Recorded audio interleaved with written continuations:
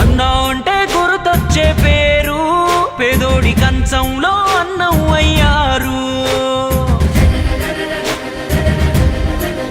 తేనెదరాసపు పసిపాపే మీరు, తెలుగు గడపల్లో పసుపై ఉన్నారు. జగమెరుగని తీరు, యుగ పురుషుడు మీరు, భరత జాతి నింపుకున్న సంపదకు ఇంకో పేరు. ఎన్టీఆర్, ఓ ఎన్టీఆర్, ప్రతి ఇంటిలోన ఒంటిలోన భాగమయ్యారు. ఎన్టీఆర్, ఓ ఎన్టీఆర్, నీలాంటి గనుడు పుట్టరింక ఇంకో మారు.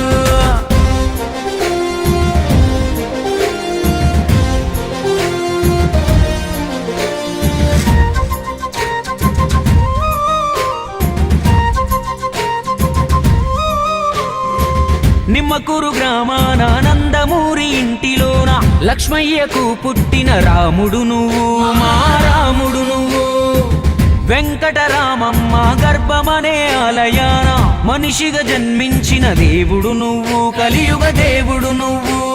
చదువుకునే సమయంలోనే నాన్నకు సాయంగా ఇంటిని కాయంగా సైకిల్ పై పాలను అమ్మి చరితకు శ్రీకారం చెమటే సాక్ష్యంగా. నీతి లేని చోట నువ్వు నిలవవు క్షణమైనా, సర్కారు కొలువును వదిలి నువ్వు సాగినావు స్వేచ్ఛ బాటనా. ఎన్టీఆర్, ఓ ఎన్టీఆర్, మీ గుండెల్లో నిండిన సంకల్పం వేరు. ఎన్టీఆర్, ఓ ఎన్టీఆర్, వాటి సాధనకై యోధుడిలా అడుగులేశారు.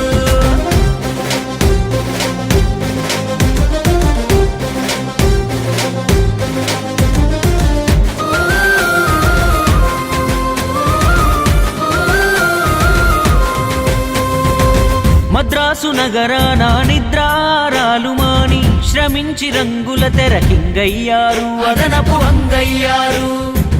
ఒక్కొక్క ఇట్టు ఉక్కు మెట్టులాగా మార్చుకొని వినోదమే కాదు విలువలు నేర్పే కథలను చూపించారు. రాజుకు ప్రతిరూపం కృష్ణదేవరాయలోరు, కాల జ్ఞానాన్నే బోధించిన బ్రహ్మంగారు.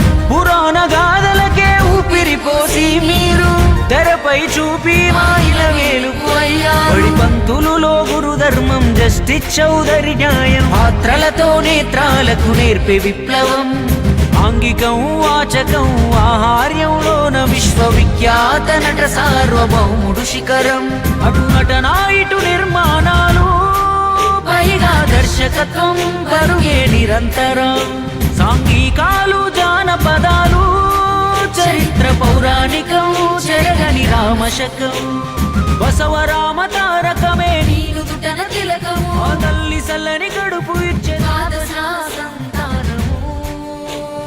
సధర్మచారినికి వైద్యం లేని రోగం, విలవిలలాడ